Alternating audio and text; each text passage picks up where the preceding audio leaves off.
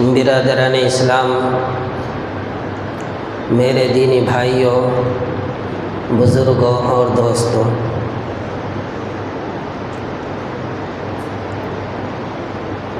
اللہ پاک کا بہت بڑا احسان اور کرم یہ ہوا کہ اللہ نے اپنے نبی صلی اللہ علیہ وسلم کی امت میں ہم سب کو پیدا فرمایا۔ آپ کی امت میں پیدا ہونا بھی باعث سعادت ہے اور فخر ہے، جس کی تمنا کی تھی انبیاء کرام علیہم الصلاۃ والسلام نے، اور ہمیں تو یہ چیز بغیر مانگے ملی۔ اس لیے بندے کو شکر گزار بننا چاہیے کہ اللہ نے ہمیں نبی کریم صلی اللہ علیہ وسلم کی امت میں پیدا فرمایا۔ امت میں پیدا فرمانے کا مقتضی یہ ہے کہ ہم رسول اللہ صلی اللہ علیہ وسلم کی عظمت کو جانیں، پہچانیں، اور آپ علیہ الصلاۃ والسلام کی سیرت سے ہم سب کا واسطہ ہو، اور آپ علیہ الصلاۃ والسلام کو ہم سب ماڈل بنائیں، اپنا مقتدی، اپنا امام، آپ علیہ الصلاۃ والسلام کو سمجھ کر زندگی گزارنے والے بنے۔ جبھی تو دنیا اور آخرت میں کامیابی ہماری قدم چومے گی، ورنہ ہماری دنیا بھی برباد ہوگی اور آخرت بھی برباد ہوگی۔ یہی وجہ ہے کہ گزشتہ کئی جمعوں سے آپ حضرات کے سامنے رسول اللہ صلی اللہ علیہ وسلم کی سیرت کو بیان کیا جا رہا ہے۔ آپ کی پیدائش سے لے کر نبوت تک، ابتدائی 40 سال تک کی باتیں آپ کے سامنے آئیں، اور پھر آپ علیہ الصلاۃ والسلام کی جب 40 سال عمر ہوئی تو اللہ نے آپ کے اوپر پہلی وحی اقرأ بسمی کی نازل فرمائی اور آپ کو نبوت عطا فرمایا۔ پھر آپ نے اعلان نبوت کیا اور ہجرت حبشہ ہوا، تو نبوت کے بعد سے لے کر بہت سارے مرحلوں سے گزرتے ہوئے ہجرت حبشہ تک ہم پہنچے تھے۔ اس درمیان آپ علیہ الصلاۃ والسلام اور آپ کے اوپر ایمان لانے والوں کے لیے مکے کی زمین کو تنگ کر دی گئی، پریشان کر دیا گیا، جب جا کر اللہ کے نبی نے ہجرت حبشہ کی اجازت فرمائی کہ تم لوگ ہجرت کر کے وہاں چلے جاؤ اور سکون و راحت کی زندگی کرو۔ اللہ کے نبی کی حکم کے مطابق صحابہ کرام کی پہلی 15 لوگوں کی جماعت، جس میں 11 مرد اور 4 عورتیں شامل تھیں، حبشہ کا ہجرت فرمایا، جس کی تفصیل آپ کے سامنے آ چکی ہے۔ صرف ربط پیدا کر رہا ہوں پہلے سے تاکہ سمجھنا آسان ہو جائے۔ تو یہ 15 لوگوں کا وفد ہجرت کر کے حبشہ پہنچا۔ یہ لوگ یہ بھی کہاں پسند کر سکتے تھے کہ مکے کے مسلمان دوسری جگہ جا کر سکون کی زندگی کریں؟ ان کی جلن، ان کا کڑھن اور بڑھ گیا۔ چنانچہ ابو جہل کے نمائندوں نے اس وفد کا تعاقب شروع کیا۔ باضابطہ 2 معزز شخصوں کو سفیر بنا کر حبشہ کی طرف بھیجا گیا کہ تم جاؤ اور حبشہ کے بادشاہ سے یہ کہو کہ یہ لوگ ہمارے یہاں کے بھگوڑے ہیں، ان کو ہمارے حوالے کر دو، ہم ان کو واپس لے کر جائیں گے۔ اور انہوں نے اپنا دین بھی تبدیل کر لیا ہے، نیا دین انہوں نے قبول کر لیا ہے۔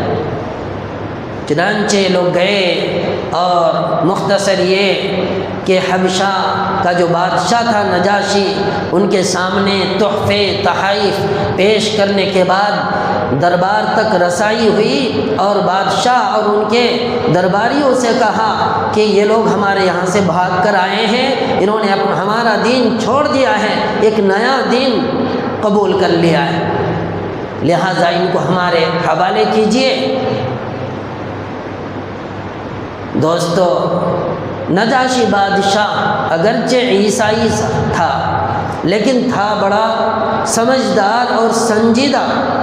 اس نے جو ہے کہا کہ ہم ایسے ہی تمہارے حوالے نہیں کر سکتے جب تک کہ ہم ان سے پوچھ تاچھ نہ کر لیں، حقیقت سے واقف نہ ہو جائیں، اس وقت تک ہم تمہارے حوالے نہیں کر سکتے۔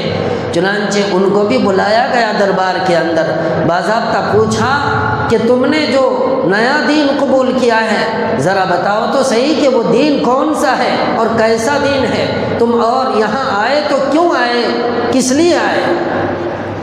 حضرت جعفر بن ابو طالب رضی اللہ تعالی عنہ نے اس موقع پر ایک بہت بہترین، جسے تقریر دل پذیر کا نام دیا گیا، کہ دلوں کو موہ لینے والا بیان اور ایسی بات جو آدمی متاثر ہو جائے، وہاں تقریر کی اور کہا اے بادشاہ سلامت، ہم جاہل تھے، ان پڑھ تھے، مردہ خور تھے، بت پرست تھے، قطع رحمی کرتے تھے، پڑوسیوں سے بدمعاملگی کرتے تھے، ہم میں کا جو طاقتور ہوتا کمزوروں کا حق دبا لیا کرتا تھا۔ اسی دوران اللہ تبارک و تعالیٰ نے ہمیں میں سے ایک رسول بھیجا جس کے حسب نسب اور اس کے طور طریقوں سے ہم سب کے سب واقف تھے۔ انہوں نے ہمیں موحد بنا کر، توحید پرست بنا کر بت پرستی سے بچایا، منع کیا اور روکا، اور ہمسایوں کے ساتھ صلہ رحمی کا حکم دیا، اور یتیموں کا مال کھانے سے منع فرمایا، عبادت الہی کا حکم دیا۔ جب ہم ان باتوں کے اوپر عمل کرنے لگے، خدا کی عبادت کرنے لگے، رسول کے اوپر ایمان لائے، ان کے مطیع اور فرما بردار بن گئے، تو ہماری قوم ہم سے ناراض ہو گئی، ہماری مخالفت ہو گئی، اور ہمیں طرح طرح کی اذیتیں دینے لگے، پریشان کرنے لگے، ہمارے اوپر مصیبتیں کھڑی کرنی شروع کی۔ یہی وجہ ہے کہ ہم اپنے آبائی ملک کو چھوڑ کر ہم آپ کے ملک کو آئے ہیں، اور اس لیے آئے ہیں کہ اب آپ کے ملک کے اندر ہمیں ستایا نہیں جائے گا، ہمیں پریشان نہیں کیا جائے گا، امن و امان کے ساتھ ہمیں یہاں زندگی کرنے کا موقع دیا جائے گا۔ یہ تقریر تھی حضرت جعفر بن ابو طالب رضی اللہ تعالیٰ عنہ کی۔ یہ سن کر نجاشی نے کہا کہ تمہارے رسول پر جو کلام نازل ہوا ہے اس میں سے کچھ سناؤ۔ حضرت جعفر رضی اللہ تعالیٰ عنہ نے سورہ مریم کی تلاوت شروع کی۔ کاف ہا یا عین صاد ذکر رحمت ربک عبدہ زکریا اذ نادى ربہ نداء خفیا۔ قرآن کریم کی آیات سن کر نجاشی اور تمام درباریوں کی آنکھوں میں آنسو جاری ہو گئے، سب کے سب رونے لگے، اور مجلس کے اندر سناٹا چھا گیا۔ جب حضرت جعفر رضی اللہ تعالی عنہ نے سورہ مریم کی ابتدائی آیات کی تلاوت فرمائی، تلاوت سے فارغ ہو چکے، تو نجاشی نے کہا کہ اس کلام میں وہی رنگ نظر آتا ہے۔ کیا کہا؟ غور سے سنیے۔ اس کلام میں وہی رنگ نظر آتا ہے جو حضرت موسیٰ علیہ السلام کی توریت میں ہے۔ مطلب یہ کہ یہ دونوں کلام یعنی قرآن اور حضرت موسیٰ علیہ السلام کی توریت دونوں یکساں نظر آتا ہے، دونوں میں کوئی فرق ہمیں سمجھ میں نہیں آتا ہے۔ قریش کے ایلچیوں نے یہ کہنا شروع کیا کہ بادشاہ سلامت، یہ لوگ حضرت عیسیٰ علیہ السلام کے مخالف ہیں، اب تو ان کی بات بن نہیں پا رہی، وہاں بھی بے عزتی ہوئی دربار کے اندر، اور یہاں بھی کوشش کر رہے ہیں کہ کسی طرح سے بادشاہ مسلمانوں کے خلاف ہو جائے۔ تو کہنے لگے کہ بادشاہ سلامت، کیا آپ کو پتہ ہے یہ لوگ عیسیٰ علیہ السلام کے مخالف ہیں؟ اب جو ہے یہ جملہ کہنے کی ضرورت کیوں پیش آئی؟ تو علماء نے لکھا ہے یہ اس لیے کہا کہ تاکہ بادشاہ حضرت عیسیٰ کی مخالفت کی بات سن کر مسلمانوں کے خلاف ہو جائے اور ان کو ان کے دربار سے نکال کر باہر بھیج دے، ان کے حوالے کر دے۔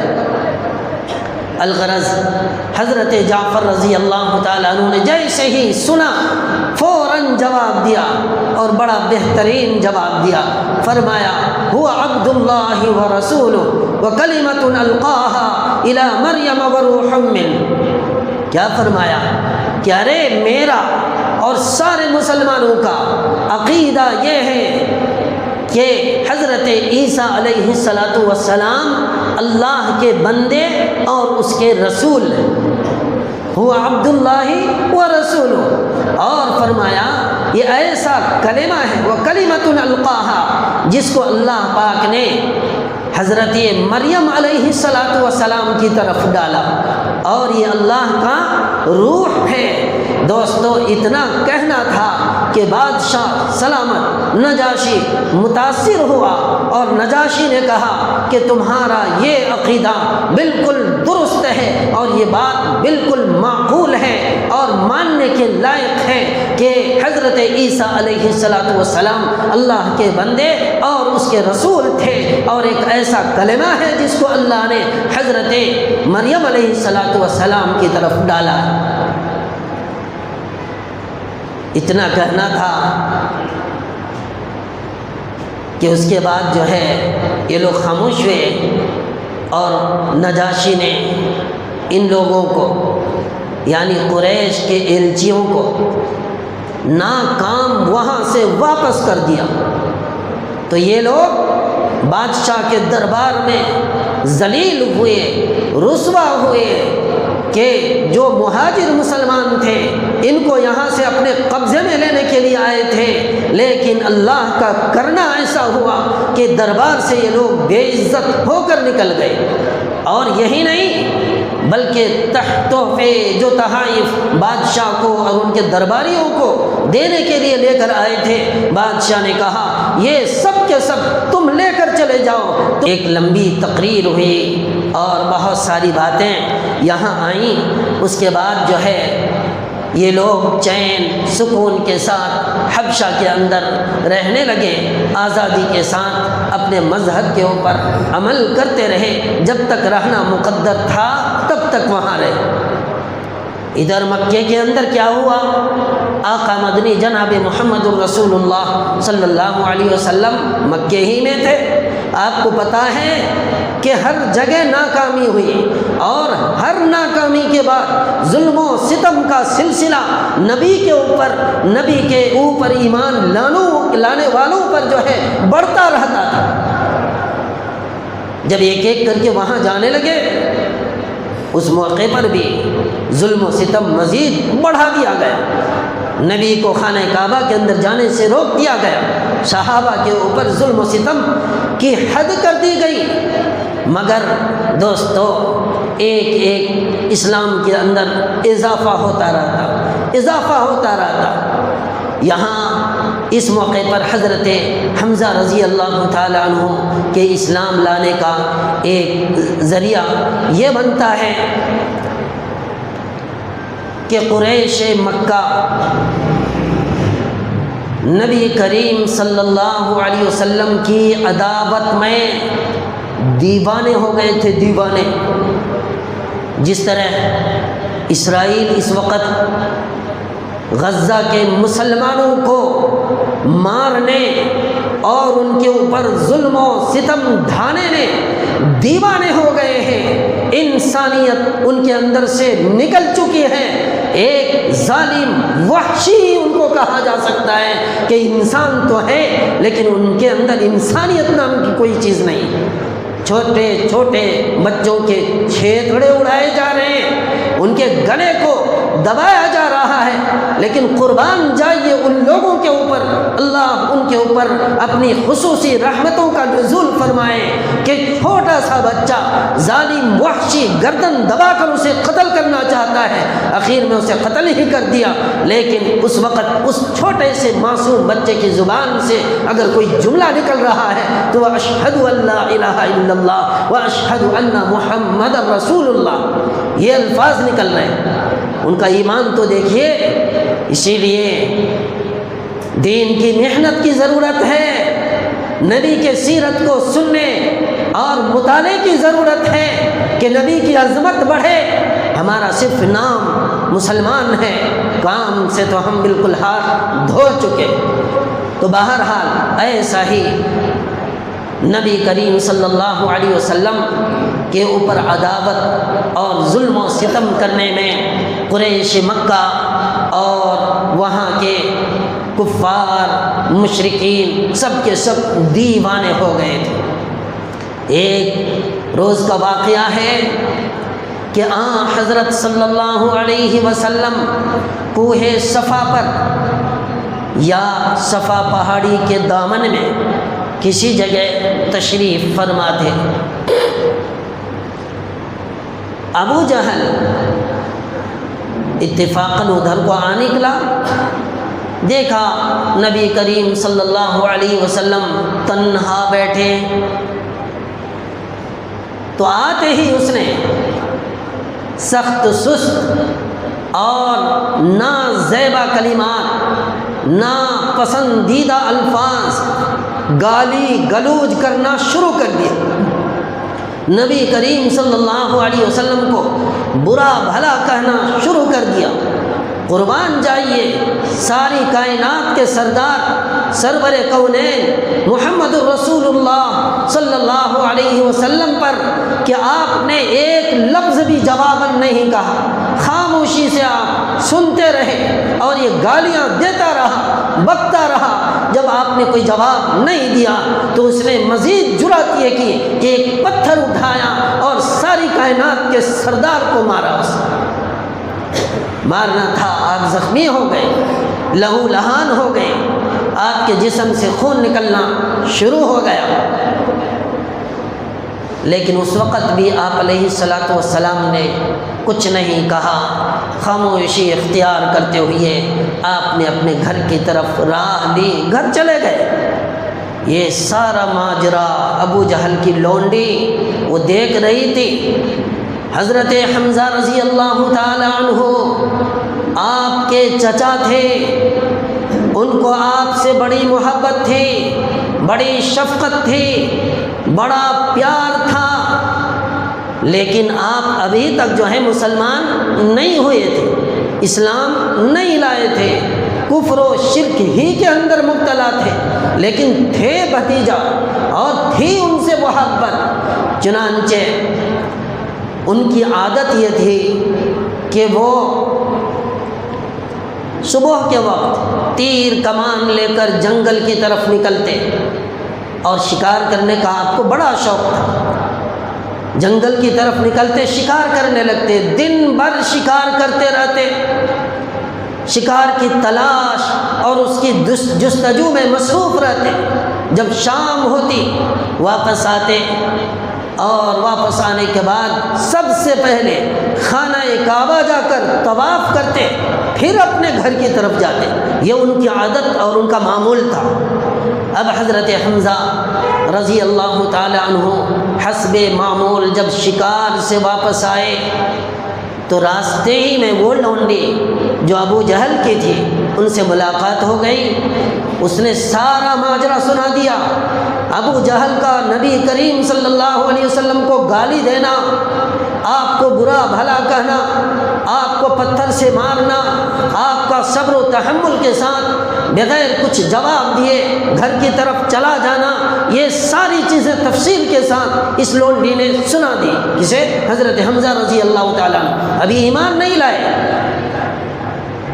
حضرت حمزہ رضی اللہ تعالیٰ عنہ حضرت صلی اللہ علیہ وسلم کے چچا کے علاوہ رضاعی بھائی بھی تھے، ایک ہی عورت کا دودھ دونوں نے پیا تھا، اس لیے رضاعی بھائی ہوئے۔ تو ایک تو خون کا جوش، دوسرا دودھ کا دوش، یہ دونوں رشتے بڑے مضبوط اور مستحکم ہوتے ہیں۔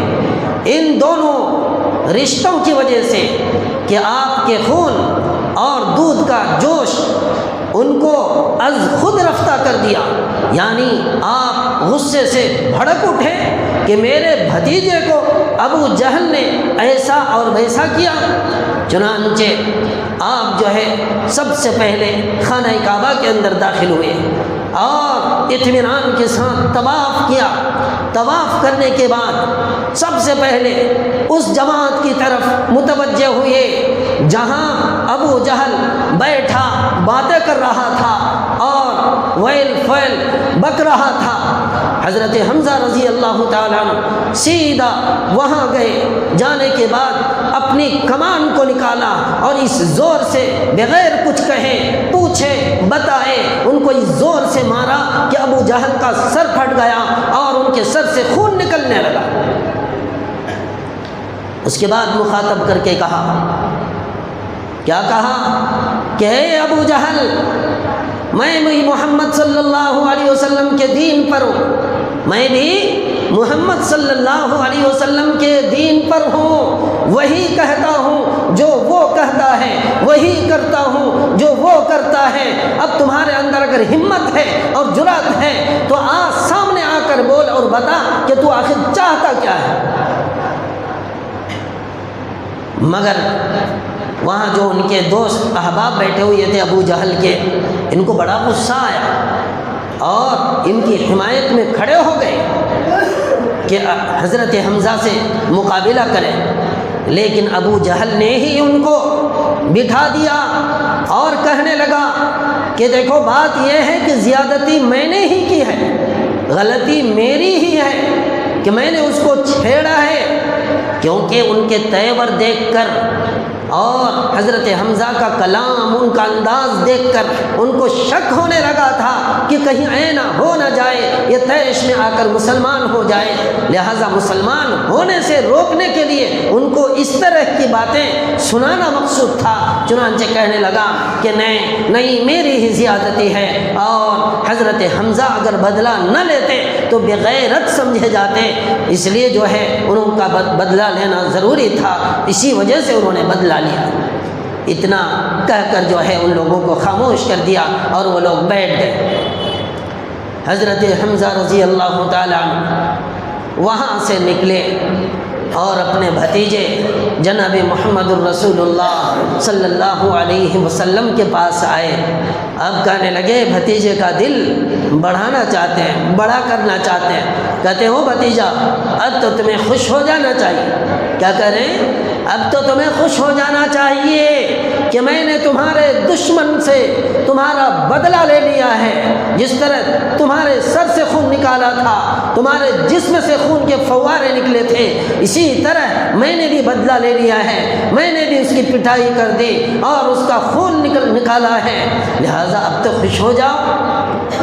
مگر ساری کائنات کے سردار جناب محمد الرسول اللہ صلی اللہ علیہ وسلم تو دیکھیے خوش نہیں ہو رہے ہیں۔ اگر ہم اپنے دشمن جس سے ہمارا نہیں بنتا، جس سے کسی قسم کی چھوٹی موٹی دشمنی ہو جاتی ہے اور ہماری طرف سے حمایت کرتے ہوئے کوئی شخص اگر مار دیتا ہے یا بدلہ لے لیتا ہے تو خوش ہونے لگتے ہیں، 1000 مرتبہ اس کا شکریہ ادا کرتے ہیں۔ دوستو بزرگوں، لیکن ساری کائنات کے سردار بدلہ لینے سے خوش نہیں ہو رہے ہیں، کہتے ہیں کہ اے چچا میں تو اس بات سے خوش نہیں ہو سکتا، اس طرح کی باتوں سے میں خوش نہیں ہوتا، مجھے خوشی نہیں ہوتی۔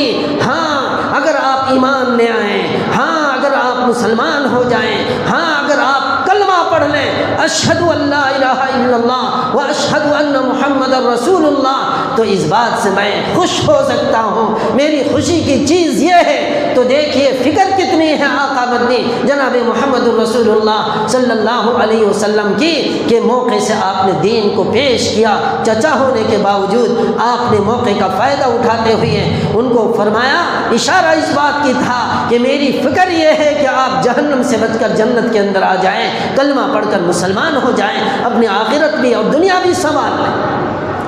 اتنا سننا تھا کہ حضرت حمزہ رضی اللہ تعالیٰ عنہ اسی وقت اور وہیں پر بغیر تاخیر کیے ہوئے کلمہ پڑھا، لا الہ الا اللہ محمد الرسول اللہ، اور مسلمان ہو گئے۔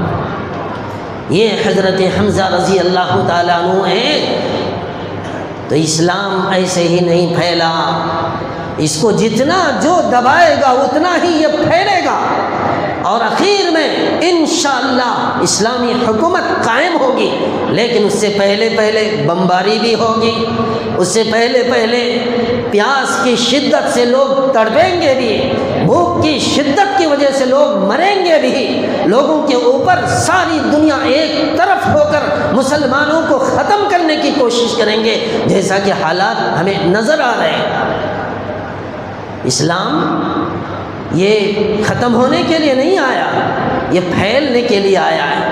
یریدون یریدون ان یطفئوا نور اللہ بافواہہم ویابی اللہ الا ان یتم نورہ ولو کرہ الکافرون، کہ لوگ اس روشنی کو، اس چراغ کو بجھانا چاہیں گے، لیکن اللہ پاک تو اسے جلانا چاہتا ہے، اللہ پاک تو اسے پھیلانا چاہتا ہے۔ تو دوستو بزرگ، ہمیں مایوس ہونے کی ضرورت نہیں ہے۔ حالات نبی کے زمانے میں بھی آئے، صحابہ کے زمانے میں بھی آئے، تابعین کے زمانے میں بھی آئے، محدثین کے زمانے میں بھی آئے۔ محدثین کے اوپر بھی ظلم و ستم ہوا۔ حضرت امام احمد بن حنبل رحمۃ اللہ علیہ کے اوپر کیا کچھ نہیں ہوا قرآن کے بارے میں، بادشاہ نے کیسی کیسی سزائیں ان کو نہیں دی، اور اس وقت سے لے کر آج تک بھی یہی سلسلہ جاری ہے، اور میرے خیال سے آگے کب تک جاری رہے گا یہ کوئی کہہ نہیں سکتا۔ تو اسلام جو ہے بڑی قربانیوں کے بعد پھیلا ہے۔ نبی کریم صلی اللہ علیہ وسلم کی قربانیاں اتنی ہیں کہ ساری دنیا کے سارے انبیاء کی قربانی کو اگر ملا دو گے تو آقا مدنی جناب محمد رسول اللہ صلی اللہ علیہ وسلم کی قربانیاں بڑھ جائیں گی۔ دوستو، اس لیے نبی کی سیرت کو پڑھنے اور سن کر عمل کرنے کی ضرورت ہے، اور محنتوں کو بڑھانے کی ضرورت ہے، حوصلوں کو بڑھانے کی ضرورت ہے۔ ایمان کے، اسلام کے ترقی کے لیے ہمیں